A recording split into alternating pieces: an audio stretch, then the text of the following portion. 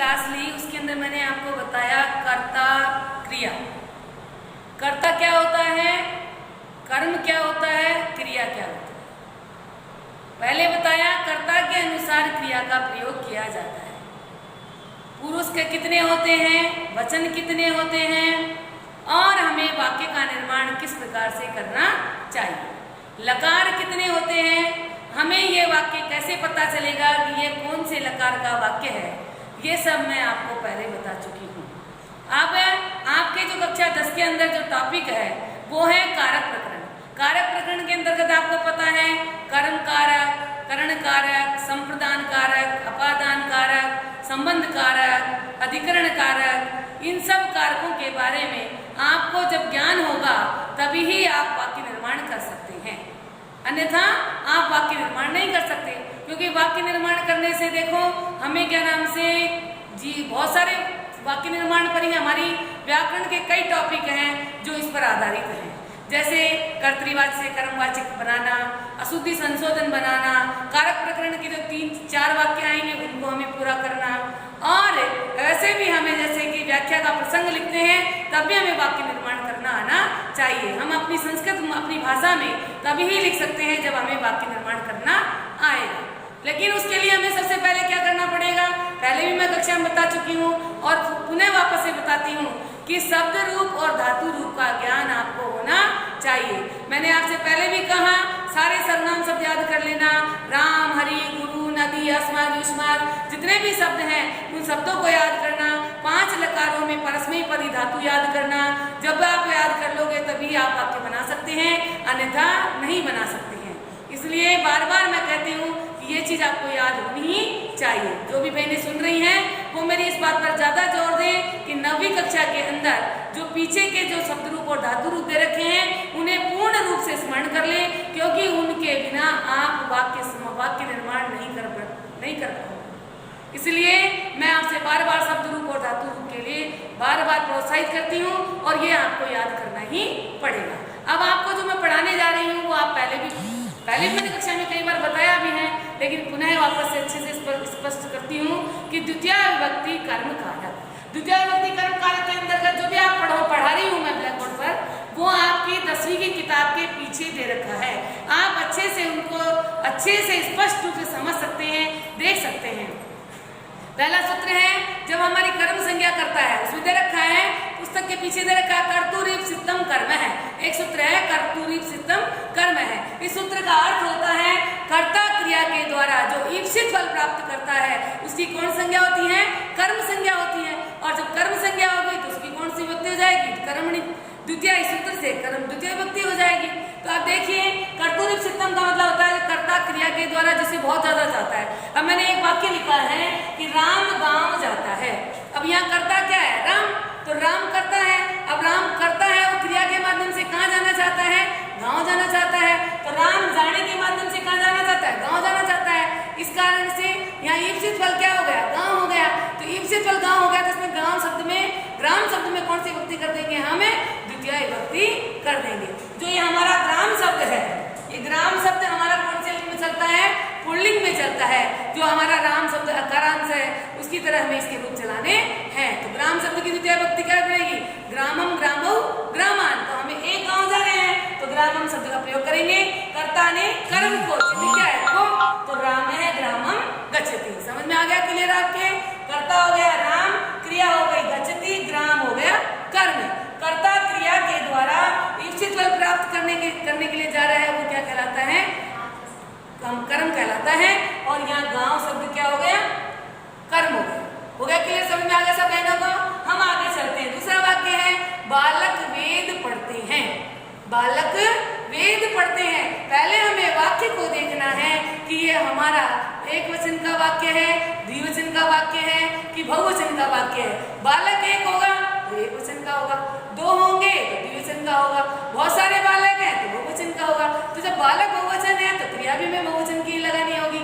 तो बालक वेद पढ़ते हैं तो क्या बन गया, बालकः वेदम पठन्ति। यहाँ एक बालक होता तो हम क्या करते, पढ़ती। और यहाँ 2 बालक होते तो हम क्या करते, पढ़ते हैं। और यहाँ बहुत सारे बालक हैं तो हमने क्रिया क्या लगा दी, पठन्ति। समझ में आ गया सबके, आगे चलिए। अब ध्यान रखना है कि हमें किन किन शब्दों के योग में कौन कौन सी विभक्ति होती है, ये हमें दिमाग में फिक्स होना चाहिए, क्योंकि हमें बोर्ड की परीक्षा में आपको बताना पड़ेगा कि वहाँ वाक्य दे देगा यहाँ पर कौन सी विभक्ति किस कारण से हुई है, तब आप बताओगे तभी आपको समझ में आएगा, तभी आप वहाँ पे बोर्ड के पेपर में एक्सप्लेन कर पाओगे, अन्यथा नहीं कर पाओगे। तो हमें ये शब्द तो क्या करने हैं, याद करनी है। और ये शब्द क्या कहलाते हैं, अव्यय होते हैं, तो इनको हमें स्मरण करना है, पक्का याद करना है। ऐसे सूत्र भी है, मैंने अलग अलग करके लिखा है, आपकी 10वीं की किताब के पीछे ये अलग अलग दे रखे हैं, इस कारण से मैंने अलग अलग लिखा है। बाकी सूत्र है इसका अभितय परितय समया निक्षा हा प्रति अनुयोगे अपि, तो सूत्र है। दूसरा सूत्र है उभयतः सर्वतः अधिक ऊपरी ऊपरी अधो अध्यधि। इन सूत्रों के ये 2 सूत्र हैं, लेकिन दोनों सूत्रों को मैंने इसलिए नहीं लिखा क्योंकि आपकी जो 10वीं की किताब है उसके पीछे अलग अलग दे रखे हैं और आपको अलग अलग ही स्मरण करने हैं। आपको ध्यान में होना चाहिए कि शब्द के योग में कौन कौन सी विभक्ति होती है। उस पुस्तक के पीछे अर्थ भी दे रखा है, आप उनको अच्छे से याद करें और उनके माध्यम से वाक्य निर्माण करते रहें। देखिए अब है अभितय उभयतय, ये 2 शब्द दे रखे हैं, अभितय उभयतय, इन दोनों का इनका अर्थ क्या होता है, अभितय का मतलब क्या होता है, दोनों और उभयतय का मतलब क्या होता है, दोनों को याद करना है, अभितय और उभयतय। अब दूसरा है परितय है, परितय का मतलब क्या होता है, चारों ओर, और सर्वतय का मतलब क्या होता है, चारों ओर। अगला दे रखा है समया, समया यानी पास में, और निक्षा यानी पास में। अंतरेण बिना, अंतरेण और बिना का अर्थ बिना होता है। अंतरा का मतलब होता है बीच में, दिक्का मतलब होता है दिक्का, और हा का मतलब होता है हाय, और प्रति का मतलब होता है अंतिम और। प्रति का मतलब क्या होता है और। अगला है अनु का मतलब क्या होता है पीछे, यावत का मतलब क्या होता है तक, और अधोअधय का मतलब होता है नीचे, और अध्यधि का मतलब क्या होता है अंदर, अंदर अंदर, और ऊपरी ऊपरी का मतलब क्या होता है ऊपर ऊपर। अब बहनों सबसे बड़ी बात तो ये है कि आप लोगों को क्या करना है, इसको स्मरण करना है। कैसे याद करना है, अभितय परितय समया निक्षा हा प्रति अनु उभयतय सर्वतय अधिक ऊपरी ऊपरी अधोअधय अध्यधि यावत, इन शब्दों के योग में द्वितीय विभक्ति का प्रयोग किया जाता है। क्लियर, याद हो गया। वाक्य निर्माण करते समय आपकी पुस्तक में दे रखे हैं वाक्य, एक एक वाक्य को आप अच्छे से एक्सप्लेन कर सकती हैं। उसके पास में ही द्वितीय जैसे दे रखा है कि अभितय उभयतय, ग्रामम अभितय वृक्षः सन्ति, ग्रामम उभितय अभितय वृक्षः सन्ति। अब गांव के दोनों ओर क्या है, वृक्ष है। ग्रामम अब उभयतय वृक्षः सन्ति, तो दोनों शब्दों के योग में कौन सी, ग्राम शब्द में कौन सी विभक्ति होगी, द्वितीय विभक्ति होगी। समझ में आ गया, क्लियर। आगे देखिए अगला सूत्र है अधिसिंगस्तासाम कर्म है। सूत्र देख रहे हैं यहाँ, अधिसिंगस्तासाम कर्म है। ये जो हमारा उपसर्ग दे रखा है अधि, और धातु क्या दे रखी है, सिंह, स्था, आस, इन 3 धातुओं के योग में कौन सी विभक्ति होगी, द्वितीय विभक्ति होगी। लेकिन कब होगी द्वितीय विभक्ति, यदि इनके आगे क्या होगा, अधि उपसर्ग होगा। तो यदि अधि उपसर्ग नहीं होगा बहनों तो वहां पर द्वितीय विभक्ति का प्रयोग नहीं किया जाएगा, वहां सप्तमी विभक्ति हो जाएगी। यहाँ पर यदि हमने इनके अधि उपसर्ग का प्रयोग किया तो ही यहाँ द्वितीय विभक्ति होगी, अन्यथा नहीं होगी। ये ध्यान में रखना। मैंने वाक्य लिखे हैं, सुरेश है संयाम अधिसेते, सुरेश है संयाम अधिसेते। अब सुरेश तो करता हो गया, और सोना क्या हो गई, क्रिया हो गई, और सैया में घाट पर, सैया पर सोता है। अब ध्यान सुनिएगा, लेकिन यहाँ पर यदि अति है, इसलिए यहाँ पर हमने सैया शब्द में कौन सी विभक्ति कर दी, द्वितीय कर दी। यदि मान लो यहाँ पर अधि उपसर्ग नहीं होता और केवल सेते होता तो हमें कौन सी विभक्ति प्रयोग करनी आएगी, सप्तमी विभक्ति आप प्रयोग करेंगे। मैं पेपर किस पर सोता है, सैया पर सोता है, तो सैयायाम अधिसेते। हो गया क्लियर, समझ में आ गया आप लोगों को। हमें बताना पड़ेगा बोर्ड के पेपर में कि यदि सुरेश संयाम अधिसेते आता है तो यहाँ बताना पड़ेगा अधि उपसर्ग पूर्वक सींग धातु होने पर यहाँ सैया शब्द में द्वितीय विभक्ति का प्रयोग किया गया है। क्लियर आ गया समझ में, तभी आपको 1 नंबर मिलेगा, नहीं तो नहीं मिलेगा। आगे चलिए, अध्यापक है आसंदिकाम अधितिष्ठति, अध्यापक है आसंदिकाम अधितिष्ठति। अभी आदि उपसर्ग दिखाई दे रहा है सबको, धातु कौन सी हो गई हमारी, स्था, स्था धातु के रूप में चलते हैं, तिष्ठति तिष्ठते तिष्ठन्ति, चलते कि नहीं चलते बहनों, तो क्या बन गया, अध्यापक है आसंदिकाम अधितिष्ठति। अब यहाँ पर आदि उपसर्ग लगाया तभी हमने आसन भी काम यानी कुर्सी पर बैठती है, नहीं तो क्या नाम से अगर यहाँ आदि उपसर्ग नहीं होता तो कोई सप्तमी विभक्ति प्रयोग होता। अगला है नृपः सिंहासनम अध्यासते, राजा सिंहासन पर बैठता है। अब राजा सिंहासन पर बैठता है तो यहाँ पर वही आ गया आदि उपसर्ग और आस धातु द्वितीय विभक्ति हो गई। समझ में आ गया? क्लियर? पेपर में आ जाए कर दोगे आप। आगे चलिए, अब सूत्र है उपान वध्यांग वसः। सूत्र ध्यान में होगा, इस सूत्र से ही आपको मालूम होगा।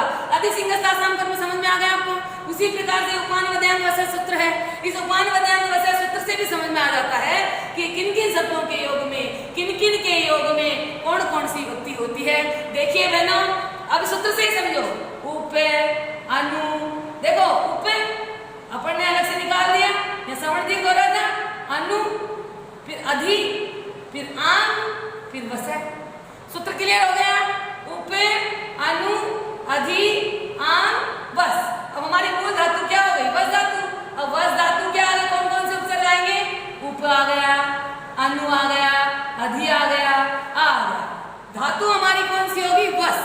और वस धातु के आगे यदि हमारे वस धातु के आगे उप उपसर्ग होगा, अनु उपसर्ग होगा, अधि उपसर्ग होगा, आ उपसर्ग होगा, तो वहां पर द्वितीय विभक्ति का प्रयोग किया जाएगा। कौन सी विभक्ति का प्रयोग किया जाएगा? द्वितीय विभक्ति का प्रयोग किया जाएगा। अब उपवसति पास में रहता है, अनुवस्ति पीछे रहता है, अधिवस्ति में रहता है, आवस्ति रहता है। अब देखिए, अब बालक गांव में रहता है, बालक घर में रहता है तो घर में हो जाएगा, घर के पास में रहता है, बालक घर के पास में रहता है तो बालक है गृहम उपवस्ति। क्लियर होगा समझ में? पास में रहता है, घर के पीछे रहता है तो गृहम अनुवस्ति, और घर में रहता है अधिवस्ति, गृहम अधिवस्ति, और आवस्ति हरि वैकुंठम, आवस्ति हरि वैकुंठ में रहता है। इस प्रकार से हमें इनका प्रयोग करना होगा। लेकिन कब?